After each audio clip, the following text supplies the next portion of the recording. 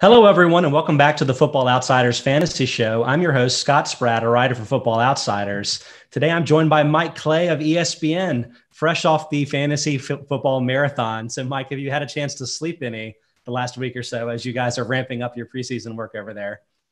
A little bit. I have two little kids as well. So, sleep man. is inconsistent at best, whether it's them climbing into the bed and shuffling around in the middle of the night or waking up early for school or whatever it may be. So, it's up and down, but we're doing good. A lot of grinding, especially the last few weeks. Really, it's all year round anymore. It's kind of crazy. It's certainly a full-time job, but so ready to go though. Season's just about upon us here. Absolutely. So I had you on today mostly to talk about your opportunity adjusted touchdown research and the players that over and underachieved in those stats and why that really matters a lot for your fantasy drafts this season. But since we're fresh off of preseason's week 2 games, I think there were a handful of interesting news items that it's worth hitting on while you're here, Mike. So let's start with the most recent games from Monday night, last night when we're recording this. But we had Jameis Winston, who started the game for the Saints, completed 9 of 10 passes, threw 2 deep touchdowns to Marquez Callaway. And the question, Mike, is did Jameis win the starting job for the Saints last night? I think so. I think that's the way the pendulum has swung in the court of public opinion anyway, not to mention that he started that game, right? We would expect to see a lot of backups in the third game. So he's outplayed him. He's the more conventional quarterback. And this would also open up the opportunity for Taysom Hill to be used as essentially an offensive weapon rather than just a quarterback, which they kind of need, right? With Michael Thomas out, they kind of need guys to make plays. So I think it makes perfect sense for Winston to be the starter, and he's playing well. Everything seems to be lining up that way. So I would guess yes. And I moved Winston up a little bit in my rankings. I think he could end up being quite the value this year. Yeah. I mean, I've kind of been of the mind that whichever one of them won the job was going to be a pretty good value in fantasy drafts because Agreed. The uncertainty has both of them well outside of the top 20 in ADP. But I think, the last time Jameis played, what was he, the number 4 or 5 quarterback, even in the 30 interception year in fantasy? Plus, you obviously with Taysom, we get the rushing touchdown. So now that we maybe have clarity, this is a player that you should probably start drafting in drafts, right? Yeah, I bumped him up in my rankings to 24, which isn't crazy, just because it's still not 100% sure. Not to mention that he doesn't have a great supporting cast there. And, he's going to lose some snaps to Taysom Hill. And if he throws a bunch of picks, he could get the hook for Taysom Hill at some point. So there is still some risk in there. But once you get in, once you get into Ryan, Big Ben, Daniel Jones, Kirk Cousins, Ryan Fitzpatrick, he's right there. And honestly, if he is named the starter, we get some clarity there. Maybe then you can even put him ahead of that group. But no doubt that there's certainly some week to week appeal here with Jameis Winston, and I think he'll have his moments in DFS for sure. So I think that was a big news story over the weekend. And then I would say that a lot of the other conversation centers on the rookie quarterbacks and how they've looked. And I'm not going to make you go, quarterback by quarterback here, but just kind of wanted to get your thoughts on whether any of the rookies have stood out to you or whether any of them, sort of the timetables of when they might take over, has changed in your mind over the last week or two? Not really. I've had the timetables pretty aggressive in terms of them taking over early because that's what league history tells us. I mean, you look at the past decade, only one first-round quarterback didn't play a snap. That was Jordan Love, and all it took for that, Scott, was hit the starter to win the NFL MVP. So, it's not a high bar for these guys to get onto the field. There's a reason teams traded picks and moved up and drafted these guys in the first round. They want them on the field. So Fields, week 3 for me. I think that's probably the over-under is about week 3. Trey Lance, probably a little deper. It's going to depend on how well San Francisco is doing. If they're winning games and they start out 4-2, it might be harder for them to make that switch. But I'm a little deeper on Trey Lance. I still think I have to look exactly what the number is here, but it's actually I have them taking over in week 7 right now. So they have a week 6 bye. That's where I have them making the switch. Mac Jones, we'll see now. I mean, with Cam Newton away from the team for a while here, it could be sooner rather than later. I had it at week 8. Again, I think New England's going to be a competitive team, and maybe Cam holds on for a while, but actually we might have to move that timeline up a little bit there on Mac Jones. Remember, he was deeper in the draft as well, whereas some of these guys were, top picks. So we'll keep an eye on it, but it's just a matter of time. Let's just put it that way. I think that's fair too. Like the one thing that's made me think a little bit differently was that maybe it looked like Cam Newton's throwing mechanics might have been improved a little bit. Like, again, we've been kind of monitoring his shoulder situation and whether or not that would ever kind of get right. And I'm, tentatively optimistic that things are looking better for him this year. But Jones has looked so great too that it's kind of hard to assume that either one of them is going to be an every week starter all year. But yeah, I mean, at this point, I think Cam is interesting enough that I would draft him late as like an early season option, but don't expect to have him ready for your fantasy playoffs for sure. Yeah, that's a good point, actually, because I think he's one of the best values in DFS week 1. He's at home against Miami, a team that I think some people are probably going to be intimidated by their defense, but they were number 1 in forced turnovers last year. That's not anything that, teams don't repeat in that category for sure. So you'll see some regression to the mean. Cam, QB 10 in my week 1 projections as of now. So, and very cheap over at DraftKings. So a name to keep in mind. Perfect. Okay, a couple other stories. Again, circling back to the Monday night game, actually. Travis Etienne suffered what appears to be a Lisfranc injury. In my memory, those have had very variable timetables where like the mildest cases, maybe it's only a week, but I think it's true that like Maurice Jones-Drew way back in the day, basically it ruined his whole season when he suffered an early Lisfranc injury. So maybe we don't exactly know what this means, but to say that if Etienne was going to miss some time, does James Robinson become like a very clear running back 2 in your mind in the short term? In 12 teamers, yeah, I'd say backhand RB2. I mean, at some point, as of now, or as of the time we're filming this, the expectation is not out. We don't have a timetable on Etienne. So now, my estimation is he misses a couple of games and then he's back in there, and obviously would then play a pretty big role in this Jacksonville offense. So Robinson, I moved him up to 23rd on my board. If you want to make the case that he's in there with a Jacobs, Henderson, Edmonds, that's totally fine with me. That's reasonable. That's about where he belongs. He was already going ahead of Edmonds, which I didn't necessarily agree with, but nonetheless, he's in that conversation. Etienne, I moved down to right around 30. And again, we'll keep an eye on this. We don't know for sure what the timetable is. Once we get that, we can adjust a little more aggressively. Absolutely. And then the other player, and another one, we don't really know exactly what this means yet, but Adam Trautman was carted off with a lower leg injury. He's a very popular sleeper tight end. He's receiving x-rays today, so we'll probably have more news in the next few hours, honestly. But I kind of just wanted this as an excuse to ask you about Juwan Johnson, Mike, since he's a tight end in ESPN formats. I mean, I guess he's technically a tight end in real life now, but he was a wide receiver last year. Him being a tight end, I think, would probably make his fantasy value increase, just given the dearth of options at the position. But if, say, Trautman missed time, is Johnson a player that you would consider taking a flyer on late in even maybe shallow leagues, or is that getting a little bit too carried away? Yeah, definitely. I mean, I actually handle those designations at ESPN, so I was able to get in there early and make that switch to tight end before we kind of hit our deadline on not doing that anymore to cause issues with roster limits. So we did get him in there as a tight end, which is good news that, potentially he could have some fantasy appeal this year. We'll keep an eye on the Trautman injury, but honestly, I'm not sure it matters, right? Because his role really hasn't changed from last season, whereas Juwan Johnson seems to have stepped right into the Jared Cook role. And obviously that was the one that was fantasy valuable last season. Now, will that carry over to the regular season, or are they just giving Johnson a look to see if he could handle it? And then maybe they'll expand Trautman's workload in the passing game during the season. It's hard to tell, but right now, unfortunately, it looks like we might be headed down like a Tyler Higbee sort of path here with Adam Trautman, maybe worse than that, which obviously has not presented much fantasy value. So we'll keep an eye on it. We'll see what his injury timetable is and go from there. But for now, if you're in a 2 tight end league, if you're in a deep league, a dynasty league, you want to throw Johnson on your bench, that's a good strategy. Absolutely. Well, everybody listening to us on the Football Outsiders Fantasy Podcast Network, thanks so much. But remember, you can catch us at 1 p.m. every Tuesday live on twitch.tv/FB Outsiders. And if you're in there now, you can ask me questions and ask Mike Clay questions. And there'll probably be some good opportunities for that as we're about to transition to the main topic for the day, talking about touchdown overachievers and underachievers from last year and what that should mean for you in your fantasy leagues. And Mike, this centers on opportunity adjusted touchdowns. My favorite bit of research you've done, I think a really revolutionary way to look at it. And why don't you just give like a brief explanation, boilerplate terms, what does an expected touchdown mean to you? And you don't have to get into calculations and everything, but like why it's important.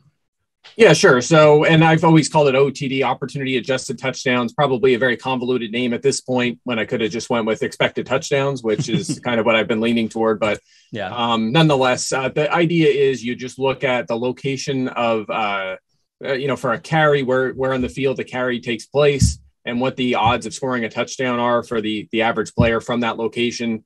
And, obviously if you have a carry from the 1 yard line, almost roughly a 50-50 shot to get in the end zone. Whereas if you're 10, 20 yards away, the odds are significantly lower. So that matters when you're calculating opportunity to score touchdowns. And then for pass catching, it's line of scrimmage versus length from the end zone where you're targeted. So, in a nutshell, we're just looking for an expected touchdown total for each player, whether it's play by play, week by week, season by season. And then we can kind of find over and underachievers and see who we can expect some regression in the mean from. And, the history of this has been very kind. In fact, research that I did many years ago over when I was at Pro Football Focus showed me that, touchdowns are not a talent stat. Targets in general are, snaps are, that's how you get on the field. But there aren't really many players who are consistently good at scoring touchdowns. And, there are always exceptions for a brief period of time. You'll see your Rob Gronkowski's and Odell Beckham's and Greg Jennings, guys like that, and they'll keep it up. Tyreek Hill's a guy right now in the midst of kind of breaking touchdown regression in the mean, and they can hold up for a while, maybe even 3 seasons, and then you see them come back to earth. Gronk, it happened with Gronk. OBJ was a guy I was torched after his third year for having him projected for 7 touchdowns. It was just too low. It didn't make sense, but history said he cannot sustain anything close to what he did. And sure enough, he scored exactly 7 touchdowns that season. And then if he went on to have, injury problems the last couple of years, but nonetheless, he was already on his way to some touchdown regression in the mean. So it's been, I track it every year, Scott. I do these articles and I leave it in there, the results every year. I just update it and show you, here's what last year this looked like. And it has an unbelievably high hit rate, especially for guys that are going to come down from high totals. It's kind of money in the bank, and it can help you just fine tune your rankings a little bit and just get them just right so you make the right decisions. Absolutely. As mentioned, I'm enamored with this research, and it's something that I folded into the projections we do at Football Outsiders. We're going to put up a couple of tables with the big overachievers and underachievers, starting with the running back overachievers. But the point I'll make here is that we do our calculations probably subtly different from yours, but I think you'll find that the overachievers and underachievers are going to line up pretty well with the guys that you've mentioned. And there are a couple of articles up at ESPN where you dig into those guys and who are important. So I encourage everybody to read that, but we'll get into them a little bit here. Again, starting with running back overachievers, the number one guy here from last year, according to our calculations, is Alvin Kamara with an 8.7 touchdown surplus, combining both rushing and receiving. So there's a lot there. But honestly, to me, the bigger question with Kamara too is what happens with the transition from Drew Brees to presumably Jameis Winston or possibly Hill? But is Brees being somebody that targeted running back so much? Is that a reason to be concerned about Kamara? If the offense is worse, is that a reason to be concerned about Kamara? I think the offense will be worse. I think that's step one. Yes, that's going to matter. That's going to limit scoring opportunities. And obviously, he, as your chart shows, and actually my numbers are exactly the same for him. I see we have some guys that are different, but I'm at an 8.7 surplus as well here. So we're on the same page there. But yeah, so fewer scoring opportunities will lead to fewer touchdowns, some regression to the mean will. And I'm curious about the passing game too. I mean, this is a guy that's had 80 plus catches every year. And when Taysom Hill started last year, those targets were down pretty considerably. Now I think it's better for him if Jameis is in there, and he'll dump it off to him more often than I think Taysom would. He'll run. Winston will run a little, but not nearly as much. He'll throw the ball to Kamara more often. But and look, they will design plays. They'll make sure Kamara is getting the ball in his hands, especially since he's not necessarily the primary ball carrier. They like to split that sort of workload, as we've seen with Latavius Murray. But needless to say, I expect his touchdowns to come down quite a bit this season. I believe I have him with 7 rushing touchdowns. So expect a big drop from that total of 21. Yeah. So I think it's actually huge that Jameis seems likely to win this job at this point, because when Taysom Hill started between weeks 11 and 14 last year, Kamara had 1.5 expected touchdowns in those games, just 3 carries within the 5-yard line. Hill had 2.5 expected and 3 carries as well within the 5-yard line. It's just Hill is taking a lot of that work. And I think with Jameis, maybe he won't be checking down to the back as often as maybe Brees would have. But with him, I think at least the floor is very high. But the major point for drafters to consider is I think Kamara had maybe 13 more touchdowns than, say, Ezekiel Elliott last year. But Elliott had more expected touchdowns. I wouldn't count on Kamara to dramatically outscore Elliott, if do so at all this season. And that can make a big difference when you're picking 4th in your draft or 5th in your draft, something along those lines. Mm-hmm. Yep. No question. So next up, Antonio Gibson, a player that I've been relatively down on compared to what I feel like is a fast rising ADP. I'm worried that I'm wrong about this because there's some buzz that maybe Gibson's going to be the next Christian McCaffrey. But also, by our measures, Gibson kind of outkicked his expectations with touchdowns last season. And so I'm trying to balance, like, what was the production last year and what could it have been versus, like, how much room there is to grow here. So give me your overall thoughts about Gibson. Like, is the pass catching going to grow a lot? Are there things that point you to maybe a top 5 potential here? Yeah, definitely. I'm very high in Antonio Gibson. Often throughout the offseason, people say, like, give us a bold take for this season. And mine has been that he would be the number 1 running back all offseason. I've been kind of planting that flag. So again, it's a bold take. It doesn't mean it's a likely outcome. I have him ranked just right around 12th on my board. I think he's 13th at this moment.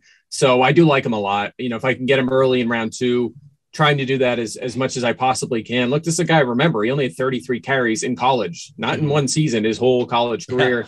In fact, he worked out with the wide receivers at training camp last year. We didn't even know if he was going to play running back. And sure enough, he was one of the more effective backs in the NFL last season. So, and not to mention that we haven't really seen his role expanded as a pass catcher. There's a lot of room for growth there as well. So I think that Gibson's carries will probably go up, assuming he's healthy, of course, this season, and his passing game work will as well. And I do expect a dip in touchdowns, but he'll offset that with other parts of his game growing. So, and also remember, they have a better quarterback situation this season, which could potentially lead to more overall scoring opportunities and kind of up that expected touchdown total. So there's a lot of reasons for optimism with Gibson. Absolutely. I assume the answer is no, but does Jaret Patterson's kind of breakout preseason for the team, does that factor into this at all in your mind? No, 0%. Sometimes we get really excited for these guys. They get kind of run into the ground in the preseason. They get a ton of reps and it's a great story, but the great story is that they made the team, right? We don't know if he's going to play a snap in week 1. And I'm sure, based on comments I've heard from the team, it almost sounds from the coaches, of course, it sounds like maybe they'll try to get him a touch here or there. But look, if Gibson, McKissick, Barber, and Patterson all make the team, is one playing special teams? Is one a healthy scratch in week 1? I'm not sure we're going to see him too much. Now, if they cut Peyton Barber, then he'll have a role. But I don't think he's the threat to Antonio Gibson. I mean, do we think him running against backups and, he got a little bit of first team work, but do we think that him, making these plays in the preseason on a ton of volume makes him better than Gibson? Does it even make him better in the team's eyes than J.D. McKissick, who added some weight this offseason and saw a ton of passing game volume last year? I don't think so, and I doubt the team views it that way as well. So I don't know. Patterson just feels like a guy, Scott, that he's going to be on benches, and then week 1's going to roll around, and he's going to play 5 snaps, and there's going to be all these other guys we want to add on waivers, and he's going to be cut loose, right? One of the most dropped players in week 1 if he gets drafted a lot. So, not a guy I'm really interested in 12-team leagues right now. Okay, I'm with you there. All right, next up, Nick Chubb and Derrick Henry, both players that scored more touchdowns than expected last season. But this is the one where I think you really get into the question of what is skill and what is luck with this. And by and large, as you mentioned, the players that exceed their touchdown expected totals end up regressing the following year. But is there anything with the more extreme guys like Chubb and Henry? And I say extreme in the sense that, like, they're excellent after contact players. Chubb ranks 6th. 2.78 yards after contact per attempt.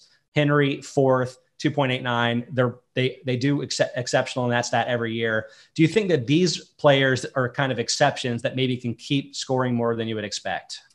I don't think so. Over time, we've seen that it hasn't been the case. And look, Derrick Henry had 17 touchdowns last season. I have him projected with 14, right? Mm-hmm. A lot of that is opportunity-based, tons of volume, and it's going to lead to a lot of touchdowns. So, yes. And he had a lot of volume last year, even though he was over his head. His expected total of 13.8 was still pretty high. But think about this too. He had 18 touchdowns in 2019. He actually came down 1 to 17 last year. LaDainian Tomlinson, pretty good running back, right? He's the only player in NFL history with 17 plus touchdowns in 3 straight seasons. Is Derrick Henry the second guy to do that? Maybe, but do we bet on that? I don't think so. I don't know why on earth you would count on that or make a bet on that or put money on the line for that or invest an early fantasy pick on that. You have to expect a step back. It's a safe way to go. So I think he'll come back to earth a little bit this season. So what's interesting is in our stats, we have Henry with a surplus of touchdowns dating back to 2016, 1.7 in 16, 0.4 in 17. The workload expands, goes up to 2.5 in 18, 6.5 in 19, and 3.8 last year. So it's like there is a consistency there, but I almost feel like it's really been more usage related than anything else. It's like, if he can be healthy this year, I think it's fair to assume that he can lead the league in touchdowns again. But I think there is a real downside risk here that I think we brush it away because we're like, Henry's Superman. But it'll hit the end at some point. So I think it's a little bit, you've got to be a little bit nervous to just kind of write him in as having 18, 20 touchdowns, that kind of thing. I think that can be a little bit risky. Yeah, no question about it. Also, not a factor in the passing game, of course. So, if there are some cracks in the armor offensively for Tennessee, remember they lost Arthur Smith too, and he's had his 2 best seasons under Arthur Smith. Jonnu Smith's gone, Corey Davis is gone. I know they added Julio, but he's getting older. He's missed a lot of time. I mean, if the offense starts to come back to earth a little bit, remember they're number 1 in offensive touchdowns. The Titans are over the past 2 seasons, tied with Baltimore. If they come back to earth a little bit too, that's going to lead to fewer opportunities for him at the goal line as well. So there's a lot going on here, but yeah, I would project a drop. Still a high number. Again, if he's healthy, still a high number. Don't get me wrong. I have him at 14, but still down from where he's been the past 2 years. So digging a bit deeper with the 49ers, a team that I've always found very interesting from a touchdowns perspective. A couple of years ago when they were very healthy, they scored a ton of touchdowns from farther than 10 yards out from the end zone and kind of created an overachieving situation that way. Last year, interestingly, Jeff Wilson was the big touchdown overachiever, and it was sort of the only power back that was in the rotation. He's going to miss a lot of time this season. Enter Trey Sermon, their higher draft pick, a bigger back at 6'1", 215 to complement guys like Raheem Mostert is 197 pounds. Wayne Gallman and Eli Mitchell, both kind of a little undersized and faster type of players. Does the fact that Sermon is bigger than these other guys affect what you think about him from a touchdown scoring perspective?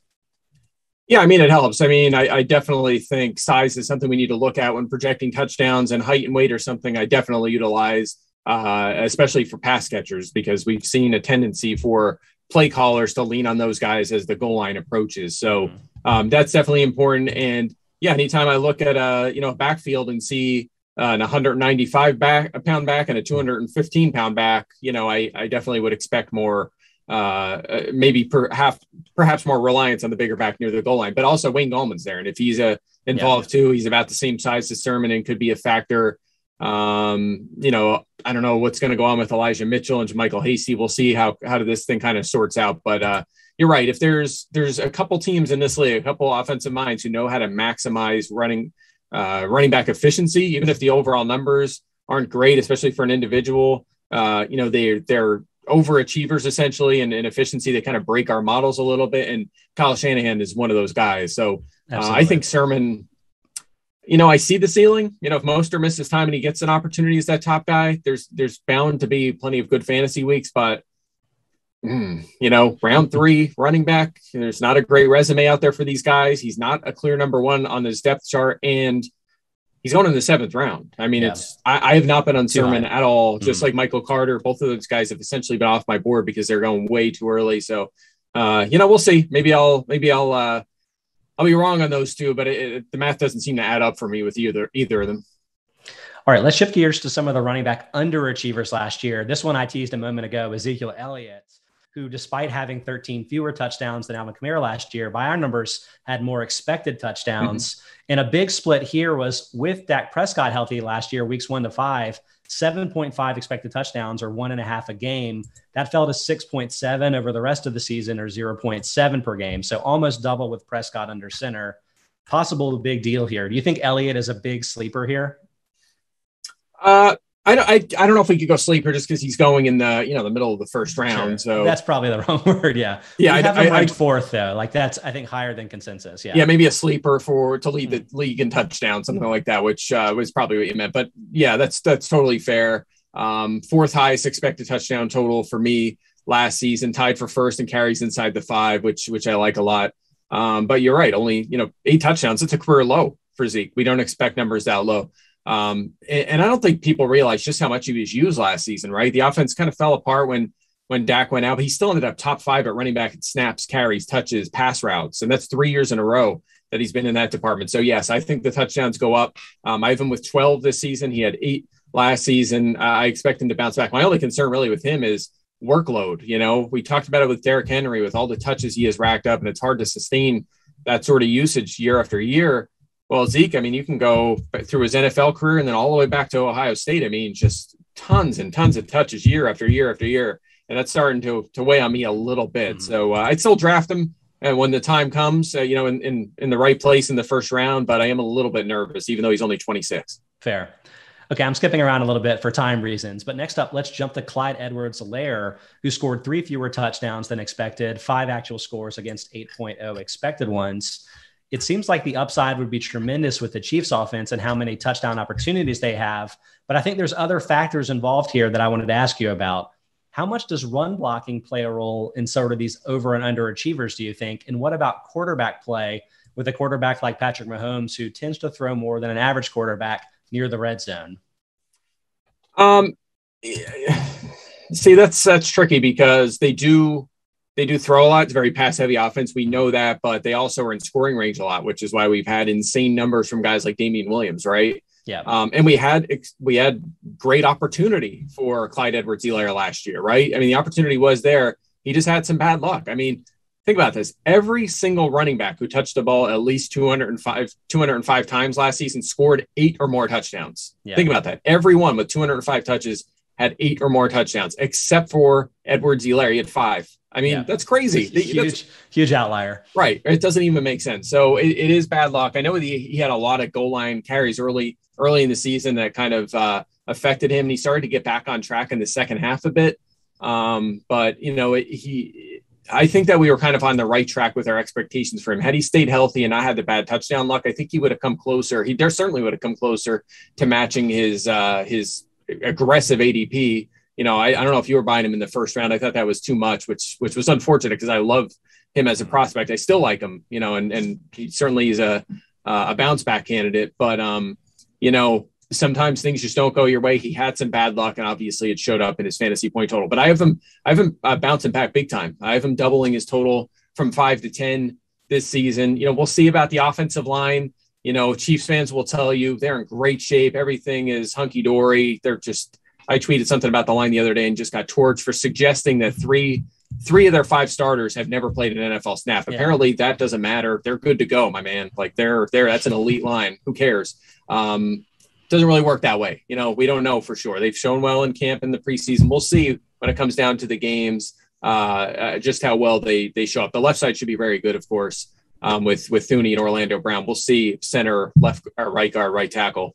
So I would say this with Edwards-Helaire, I'm not thinking about the O-line as a major concern for me. Yeah. I do think the opportunity will be there. The offense will be very good and he'll regress to the mean.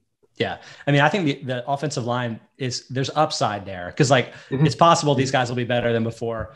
The one thing I'll point out is that I think they were actually much worse from a pass protection standpoint, especially as they got hurt, than as a run blocking unit. They were ranked 14th for the season in adjusted line yards. But of course, that's part of having Patrick Mahomes too, is that's going to affect how much attention that a back like Edwards-Helaire is going to get. So in my mind, he reminds me of Antonio Gibson in the sense that there's a really tremendous upside here. But just in terms of the average expectation, I'm not sure it's fair to say that, yes, this is going to be a running back 1 type of situation. Mm-hmm. Okay, let's move over to talk about some wide receivers now, starting with the overachievers. And I think there's some guys at the top of this list that I think kind of follow the similar line of questions to the Derrick Henrys of the world, where Devontae Adams had 18 touchdowns, but only 11.3 expected ones. So that's a 6.7 surplus. Tyreek Hill, similar story, 6.6 surplus. And beyond the fact that when you look at the league leaders, few guys can go, 16 plus touchdowns every year. I think that's kind of obvious, but are the best wide receivers like your Adamses and your Hills, are they immune to regression here? Or are they sort of subject to what every other receiver has to deal with here with the overachievers? Yeah, well, Tyreek's the one that he's really been breaking regression to the mean the past few years, right? There's always somebody that does it. It's very rare. It's these 99th percentile players that manage to do it for multiple seasons. OBJ in his prime, Gronk in his prime. So he I could see him doing it again, I suppose. But again, eventually it catches up to everyone. He'll come back to earth a little bit. As for Devontae Adams, I mean, look, he has 11 more touchdowns than any other player since 2016 with 58. But he's gone over 13 only once. That was last season with the 18, which was a career year for him and one of the best we've ever seen from Aaron Rodgers as well. But we've seen this from Packers receivers before, right? When Aaron Rodgers has been at the top of his game, which he hasn't been the last few years prior to last year, he had that window. There's a reason they took Jordan Love, right? He was kind of playing pedestrian ball there for a few seasons. But before that, when you think about Jordy Nelson, James Jones, Greg Jennings, those guys all spiked in a big way. Like Greg Jennings I mentioned him at the top, like toward the top of the show, like is one of those guys that seemed to break touchdown regression there for a few years. Eventually he came back to earth. Remember James Jones spiking up and down like this? Jordy Nelson, same kind of thing. He had some crazy years with touchdowns. And I think like there was other people in there too. I feel like Jermichael Finley maybe spiked there that one season. So we've seen that time and time again from the Packers under Aaron Rodgers. I think Adams comes back to earth a little bit this season. He might actually be a little undervalued in drafts right now, going toward the end of round one. Maybe should be a mid-round, first-round guy at this point.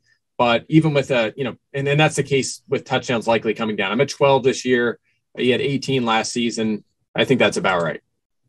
I think there can be an assumption that the best quarterbacks can definitely like create these extra touchdowns, surplus here, which they obviously create more touchdown opportunities. I think the surplus thing is subject to the same regression. And to kind of get at that point, I was just looking at quarterbacks who had these big surpluses, but over multiple years. So like dating back to 2018. And the list is kind of a weird hodgepodge here where it's like Ryan Tannehill has the biggest surplus of passing touchdowns in that time, 25.8. Mahomes is next at 25.8, or I guess he's tied, 25.82. So it makes it kind of seem like that. But then you got Brees, Kirk Cousins is fourth, 17.3, Lamar, 16, Russell Wilson, 14. Rodgers himself is just at 7.8. So like even the quarterbacks you think of as being the best, while they create more touchdowns in general, I don't think they generally lead to these like extra long touchdowns and stuff just on repeat over and over again. So I think that's where you get at the fact that guys like Adams and Hill maybe are going to have their touchdowns come down, even though they're the best and even though their quarterbacks are the best too. I don't know. Yeah, and you might wonder why that doesn't seem to make sense, right? But you have to remember that if you're a good player, you're generating first downs and moving down the field, and every play is another touchdown opportunity, and your expected touchdown total is going up as well. So just because there's not a huge gap between expected and actual doesn't mean you're a bad quarterback. It means that it's a combination of both really that you want. You want a high expected total. It means you're in position to score a lot, and you want to exceed that obviously because you want to be hyper efficient. Of course, what league history tells us is it's hard to keep up this elite efficiency and continue to beat that out time and time again. It just doesn't happen. Okay, I think there's a player along these lines that I think you're going to agree with me as a really heavy touchdown regression candidate is Adam Thielen of the Vikings. And it's not just about Justin Jefferson becoming like potentially one of the best wide receivers in the league, but Thielen had a really unusual split, having 52.6% of the Vikings end zone targets last year, and then scoring on 76.5% of them. No other receiver was over 41% of their team's end zone targets. So Thielen was this guy that was just getting all of this work near the red zone and in the end zone. Is that something specific to Thielen, specific to his role in the offense, or is this sort of your classic case of a guy that had a lot more touchdowns than you would expect? Yeah, I think it's partially his role, but also a number that's going to come down. Believe it or not, he's actually led wide receivers in touchdown rate each of the past two seasons. So it wasn't just last year. Now, last year's was off the charts to your point. But he did have 20 end zone targets. I mean, that is a huge number. It was 3 more than any other player in the NFL. He actually had 13 touchdowns on those targets. That number is the most the league has seen since Gronk had 13 in 2011. So it's been a long time since someone hit that mark either. So to your point, we should expect him to come back to earth, but also, he is busy near the goal line. They like to utilize him there. They center their targets to 2 guys, mostly, of course, Thielen and Jefferson. You'll see some Irv Smith, you'll see some Conklin, you'll see some Dalvin Cook, but those 2 guys get the bulk of those targets. And as the goal line gets closer, they seem to want to lean on Adam Thielen. So I don't think that'll change. But you're going to see more than what did Justin Jefferson have 6 last year, 6 end zone targets. That number is going to go up. Thielen's will come down a little bit. I still have him projected for 9 touchdowns. I still think he's a value in fantasy. So fewer touchdowns, but still decent fantasy production out of Thielen is my expectation. Yeah. So what do you think about the Steelers offense and the wide receivers from a fantasy perspective? Both Juju Smith-Schuster and Chase Claypool, I think, had 9 touchdowns last season, but Smith-Schuster is actually the one that had the bigger surplus relative to his expected total from O.T.D. So I feel like the general sentiment is that Claypool was sort of a luckier touchdown scorer, but that's not the way that I see things, especially when you actually look at them in terms of 215 pounds versus 238 for Claypool is also 6'4". It seems clear just looking at their bodies that Claypool would be the bigger touchdown scorer. But like, what do you think of this offense and Roethlisberger declining and all those types of things here? Yeah, first of all, we're off a little bit. I have Claypool just ahead. And actually, if we include the playoffs where Claypool had a pair of touchdowns, that really widens the gap. I'm sure you would get the same thing. I didn't include the playoffs in mine. Yeah, sure. Mm-hmm. Yeah, I depends what I'm doing exactly. Projections, I'll use a larger sample. If I'm just, if I'm comparing season to season, I'll use regular season. But nonetheless, your point is right that, Claypool had the 11 touchdowns. Smith-Schuster was 2 behind with 9. But their actual looks were close. If you look at targets and carries combined, Smith-Schuster only had 12 more, which, again, I think that would kind of surprise people. But Smith-Schuster just soaked up so much in the short area, whereas Claypool was getting, deeper targets, what seemed like high-value targets. But Smith-Schuster was certainly plenty busy near the goal line with 4 more end zone targets. So that's a total fair point. I'm worried about the offensive line there in Pittsburgh. I'm worried about them not being a super pass-heavy offense, which they've been the past 2 seasons. Big Ben has played in full. I think they'll be more balanced this season. That's going to lead to less volume for the pass catchers. They will benefit from Big Ben never scrambling. That's, no scramble means an extra target for these guys. That helps them. So at the end of the day, I'm pretty optimistic. I have Smith-Schuster 28th on my board. It's going in about the 6th round. That's about right. Claypool, I haven't had a lot of him. He's also going in the 6th round, 31st on my board. So a few spots behind. And Deontay Johnson, I'm fine with him. 4th round, 19th on my board. Like him a lot. He was very good last season. So I'm fine with them all. I mean, they were all top 25 last year. I think they can all be top 30 this season. The big concerns are Big Ben's inefficiencies last year, a move to a more balanced offense, and of course, an offensive line that's arguably worse in the NFL. Really a lot to prove there. So there's some pluses, there's some minuses here. Yeah, the bad offensive line, and specifically from a run blocking perspective, is I think one of the reasons why we have like all of their pass catchers higher than ADP, where it's like they were very extreme from a pass run ratio last year, but like, why is that going to change? I mean, Najee Harris, he's great, but he's going to have to deal with an even worse run blocking line on paper than the one that was last place last year in adjusted line yards. So I feel like the quick short passing game that Roethlisberger kind of introduced last year for the team may be here to stay. And that may be good news for a lot of these receivers from a fantasy perspective. Yeah, I think philosophically, they're going to try to run the ball more, right? I think that with the coordinator change, they bring in Harris. That's the plan. But remember, they were undefeated deep into the season last year with one of the easiest schedules we've seen in a long time. That's not the case this year. I have them with the hardest schedule in the NFL this season, so quite the opposite. I do have them throwing a little bit more overall. Again, I think they were just so severe in terms of their scheme being pass dependent last year that if they even it out, they ended up with a pass rate of 66%. I'm at 64% again. Yeah. So, trying to run more, but not ahead on the scoreboard as often. I think it leads to just a slight decrease in pass rate. Okay, I'm with you there. All right, let's move over to some wide receiver underachievers last year, where the top 2 names on my list, AJ Green and Michael Thomas, pretty big names, and I think could have some interesting fantasy potential this season.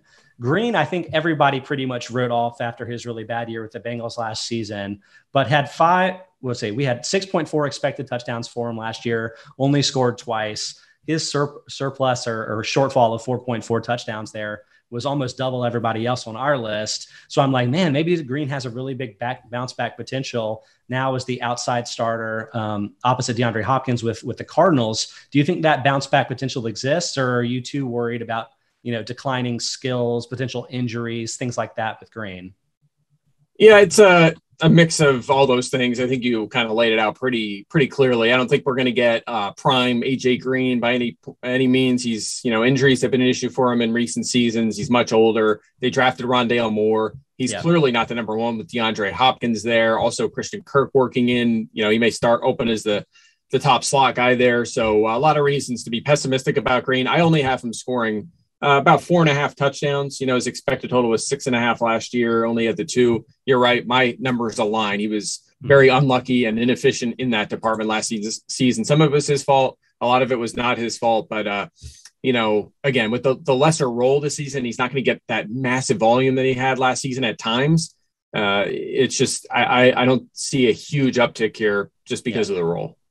So with Thomas, I think this would have been a cut and dried situation of a player to target because of the shortfall last year. But the fact that he's injured, I think really throws this into question. And so I guess, how would you balance that the potential for touchdown regression, positive touchdown regression, with the fact that Thomas may miss the first month or maybe even longer into the season? Do you think that he's potentially a fantasy value because he'll be available for the playoffs, or are you just too scared away? Like, how would you deal with this Saints situation?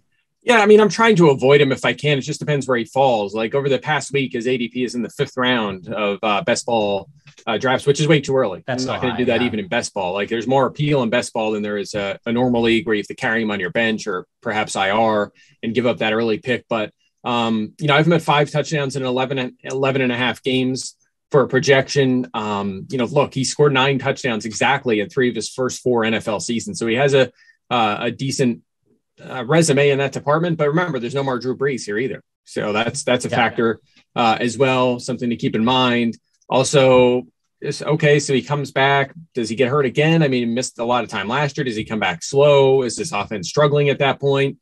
Does he have another falling out with the team and not play? I mean, there's a lot of red flags here with Michael Thomas. But at the end of the day, talking regression, I mean, yes, very unlucky last year. Of course, he had 0 touchdowns, which is just totally ridiculous. It was really bad luck. I think he'll get back on track in that department, assuming again he's healthy and back on the field. But at the end of the day, not a guy I'm taking it in the 5th round. His 7th round, if he falls there, probably still a little early, maybe a little bit after that. There's just so much talent, Scott, at wide receiver. Yeah, it's just not necessarily worth it right now. Yeah. Okay. A couple more wide receiver questions before we hit the tight ends to wrap this up. This one actually is a combination of my input and here on Twitch. Useful Title asks, with us being high on the Pats quarterbacks, which I mentioned that I thought that, Cam looked pretty good too. Jakobi Meyers is one of these guys that had a shortfall of touchdowns last season, but the Patriots added a lot of new weapons to their receiving game. So I guess, Mike, do you think that Meyers is going to increase his value this year because of potential for regression, better quarterback play, et cetera? Or do you think that he's going to lose out by kind of being forced out of the number 1 role for the team? And do you believe he had a 31% target share in the second half last season? That's ridiculous. I mean, incredible. That's elite. Yeah. Man, if he was on a normal offense with that target share, we'd be drafting him as a top 20 player right now. I mean, it's unbelievable. He led the NFL in targets last year, 82 among players without a single touchdown catch. He actually threw 2, I believe it was. He threw 2 touchdowns, but only the 3 end zone targets. Obviously, we know that Cam Newton was super busy near the goal line, but he just hasn't had them chances near the goal line. Will that go up this season? Yes, I do think that. I think that with Cam there, you're not as excited about the touchdown total. I have him with 3 right now, with Cam projected as mentioned earlier, a little over half the season. If Mac Jones steps in there, I feel a little better. It's going to be less running, more throwing, more targets, less scrambling. There's going to be a lot of opportunities for these guys. And I know they added some other targets into this offense, to your point, but I still think Meyers has a good chance to be their number 1 wide receiver, along with Nelson Aguilar as probably the 2. You'll see a lot of Jonnu Smith, Hunter Henry. When healthy, he'll be involved. But at the end of the day, it's not really a standout unit, even though they added a bunch of faces. So I think Meyers will remain pretty involved in this offense, and the touchdowns will go up. Yeah, I'm on the same page, Mike. I'll say that because we have Cam projected to last a little longer as the starter than I think you do and many others do, that affects our ranking of Meyers. We have him lower than his ADP at 61. But yeah, if they switched from Newton to Mac, suddenly our Patriots projections would go from 27.3 pass attempts per game to 33. So it's a big jump. And I think that would really be transformative for Meyers' fantasy value. So to me, that's something to keep an eye on here. I think I have a suspicion that he's going to be the number 1 receiver for the team, wide receiver at least, despite their additions. And then one more question from Twitch. This is not from the charts themselves, but I think an interesting question nonetheless. Mike, what do you think about Tyler Lockett this season? And I'll add in as part of that question, given that they drafted Dwayne Eskridge as a receiver in the 2nd round, does that potentially cut into his work, or is that really more looking toward the future? I don't think it'll cut into his work. He should be busy. I'm not too worried about the inconsistencies last year because they did change coordinators. It was kind of incredible that he scored, 50% of his fantasy points across 3 games, which you don't like. I mean, he was not good except for those weeks. He won you 3 weeks. Otherwise, he was hurting you. So that bothers me a little bit. He was an overachiever last year, 10 touchdowns, 7 expected. Still is a very good quarterback, though. Still has a path to a big target share. They just paid him. He's not going anywhere, right? He's a very good, probably still underrated football player. And he's one of the guys I felt like I was a pinch too low on earlier in the offseason, he bumped up a few spots. I have him 18th on my board. So among the receivers going in about the 4th round right now, which is a great place to be. I mean, look at the ADP, the 4th round ADP receivers last year. They all worked out except for one, which was Cortland Sutton, who had a season-ending injury. Everyone else worked out. I think we're going to see something similar this year. That 4th round is a hotbed for wide receiver value, and I think Lockett is right in the smack in the middle of that group. So no concerns about Lockett, who, but remember, even though he's so inconsistent, still was wide receiver 8 last season. Yeah, that's true. All right, we have time for a few more tight ends to finish this up. For the overachievers, I just want to focus on one guy, really, and that's Robert Tonyan, because he had by far the biggest surplus by our numbers with 11 touchdowns versus just 5.3 expected touchdowns. This kind of circles back to the Devontae Adams question, but it did seem to me that Tonyan specifically had a red zone role with the Packers, which seems like a very enticing fantasy position given that Rodgers is still playing for the team. But do you think Tonyan faces a substantial risk to score a lot less this year than last year?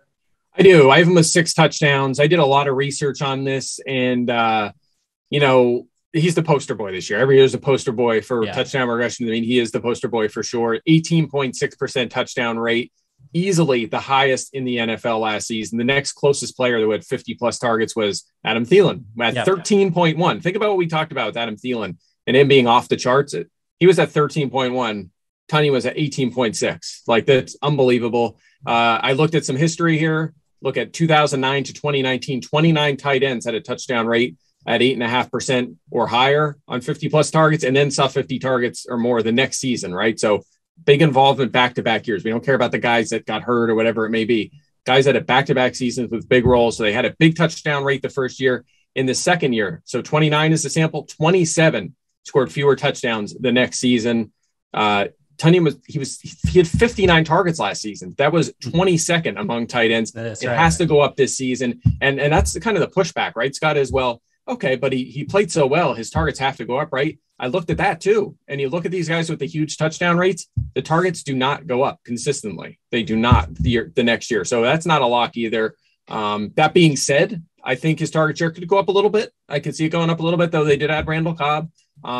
But he's going to need more volume to keep up with where he was last season. So I'm not super high on him. I think I've drafted him in one league so far. He fell a little bit, and I grabbed him when there was still some uncertainty with Aaron Rodgers a while back. But 9th round ADP is 10th on my board. I mean, that's about right. It's just not a guy I'm after. I'd take John O. Smith a little bit later. I'm after Logan Thomas in the 8th a lot. So Tonyan's not a guy I'm going out of my way to get, but should be a lock for touchdown regression to the mean. Yeah, I mean, I think the important thing is it sounds like he's nowhere near that elite tier of guys like your Kelce's and your Wallers of the world. No. So I think he would have been a lot of people's candidate to kind of join that group. And I think it's important to point out that the numbers suggest that just isn't likely to be the case. Yes. Okay. Agreed.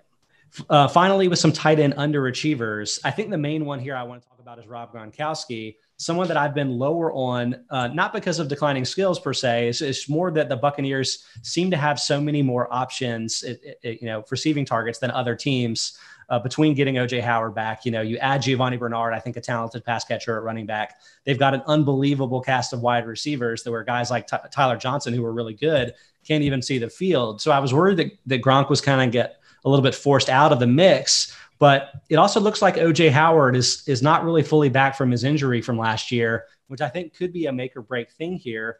And Gronk, interestingly, actually underachieved his expected touchdown total last year, 7 scores versus 8.3 expected by our numbers. So, Mike, how do you sort of make sense of this with Gronk? And do you think that he still has that, top 10 tight end upside given his relationship with Brady, his red zone, role, that sort of thing? Or are you worried about the too many mouths to feed problem here with the Bucs? Yeah, I think they'll feature the 3 wide receivers, and we're finally getting a little optimism with Howard, so we'll see if he'll be good to go. Remember, Howard actually out-targeted Gronk early last season when they were both healthy. So, and that could have been Gronk just getting going, right? Yeah. Of course, he was out the previous season. Hard to suss out, honestly. Yeah. So I'm not too worried about that. But Gronk, again, he's an example of another guy who, his first 6 years in the league just totally busted up regression to the mean year after year. Aside from when he got hurt in 2013, it was well above his expected total, but then it evened out in 2016. And then ever since then, he's underachieved 3 straight seasons in the touchdown department. So the good news is he had plenty of opportunity last year. He led the tight end position in end zone targets. He was second in expected touchdowns, actually 6th in touchdowns. I still think that, especially if Howard is slowed, that Gronk can put up an okay number in that department. It doesn't take a lot to have a good, to rank high in touchdown catches at the tight end position. In fact, I have him at 6. So that puts him right there with guys like Kyle Pitts and Logan Thomas and George Kittle. Now, I don't think the target volume will be there for him to also be a top 10 fantasy tight end, but he has it in him to get to 7 or 8. But again, to your point, not really high in him, not a guy that I'm trying to draft this year. Fair. Mike, thanks so much for joining. That was tremendous. Obviously, you have a ton of preseason content up at ESPN, but is there anything in particular you want to point out to our viewers and listeners, how they can catch you, what upcoming work you have, et cetera?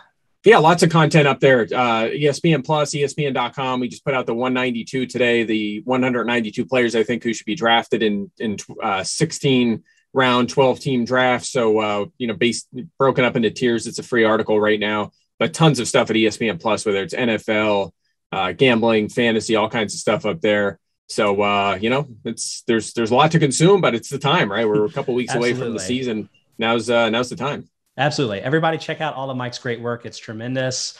From our perspective, thanks for watching us on twitch.tv/FB Outsiders. The fantasy show is every Tuesday at 1 p.m. Eastern. The Football Outsiders Radio Hour with Mike Tanier and Aaron Schatz is on Thursdays at 1 p.m. And we'll be ramping up that content once the season gets going. Thanks for that. Thanks for listening. Thanks for listening to us on the Football Outsiders Podcast Network as well. We'll look forward to talking to you next time.